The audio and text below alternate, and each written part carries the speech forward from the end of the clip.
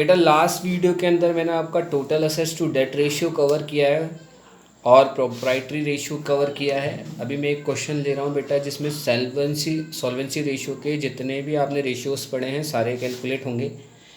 पहला जो है देखो क्वेश्चन नंबर 39 हम कर रहे हैं, कैलकुलेट डेट इक्विटी रेशियो। पहला ये है total assets to debt ratio आपको कैलकुलेट करना है और प्रोप्राइटरी रेशियो आपको कैलकुलेट करना है।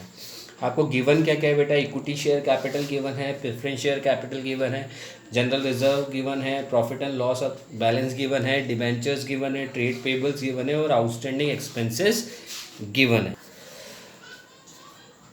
तो बेटा आपके डेट के कैलकुलेशन के लिए फॉर्मूला क्या होता है बेटा, long term borrowings plus long term provisions. बेटा लॉन्ग टर्म प्रोविजंस इस क्वेश्चन में गिवन नहीं है और लॉन्ग टर्म बोरिंग्स के लिए सिर्फ एक ही बोरिंग्स गिवन है, दैट इज डिबेंचर्स। तो आपकी लॉन्ग टर्म बोरिंग्स जो हैं डिबेंचर्स के अमाउंट से निकल जाएंगे, दैट इज 3 लाख और वही आपकी डेट हो जाएगी। ठीक है। नाउ बेटा आपकी इक्विटी कैसे कैलकुलेट होती है, इक्विटी कैसे कैलकुलेट होती है बेटा, जब आप शेयर कैपिटल के अंदर रिजर्व एंड सरप्लस को ऐड कर देते हो तो बेटा आपकी इक्विटी कैलकुलेट होती है। शेयर कैपिटल के लिए आपके पास दो आइटम्स गिवन है, that is equity share capital, preference share capital. उनका डायरेक्ट अमाउंट गिवन है 3 लाख इक्विटी शेयर कैपिटल का और 1 लाख प्रेफरेंस शेयर कैपिटल का। आप उनको ऐड कर दीजिए तो आपके पास 4 लाख रुपीज़ आ जाएगा, that is your share capital. Reserve and surplus के लिए आपको general reserve and P&L account given है, तो जनरल रिजर्व आपका 1,80,000 डायरेक्टली गिवन है और P&L अकाउंट भी आपको डायरेक्टली गिवन है 1,20,000 रुपीज़। तो रिजर्व एंड सरप्लस आपका कैलकुलेट हो जाएगा 3 लाख। बेटा इक्विटी के आपके दोनों आइटम्स आ चुके हैं, शेयर कैपिटल भी कैलकुलेट हो चुका है और रिजर्व एंड सरप्लस भी कैलकुलेट हो चुका है। शेयर कैपिटल आपका 4 लाख का कैलकुलेट हुआ है और रिजर्व एंड सरप्लस आपका 3 लाख कैलकुलेट हुआ है, तो इक्विटी आपका 7 लाख हो जाएगा। ठीक है। अब आपको सिर्फ फॉर्मूला पुट करना है डेट इक्विटी रेशियो का, डेट अपॉन इक्विटी। डेट आपकी 3 लाख कैलकुलेटेड है और इक्विटी आपका 7 लाख कैलकुलेटेड है, तो आपका आंसर आ जाएगा 0.43:1।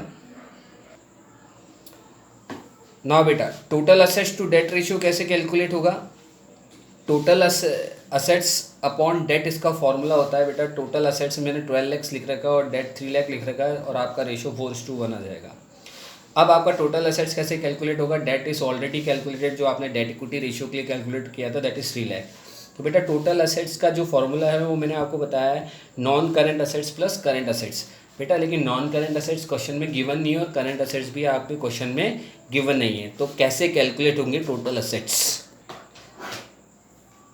तो बेटा हम एक अप्रोच लगाएंगे कि लाइबिलिटी साइड जो है इक्वल होती है असेट साइड की, और लाइबिलिटी साइड के कौन से कंटेंट्स हमें गिवन है, एक इक्विटी गिवन है जो हमने 7 लाख रुपीज़ कैलकुलेट किया है, डेट अपन को गिवन है जो अपने 3 लाख कैलकुलेट किया है, और जो थर्ड कंटेंट बचता है that is current liability. Current liabilities आपको दो गिवन है, trade payables and outstanding expenses. तो 7 लाख की इक्विटी हो गई, डेट 3 लाख का हो गया और ट्रेड पेबल्स 1,60,000 गिवन है क्वेश्चन के अंदर और 40,000 आउटस्टैंडिंग एक्सपेंसेस गिवन है। तो आपके पास जो लाइबिलिटी साइड का टोटल आएगा 12 लाख आ जाएगा।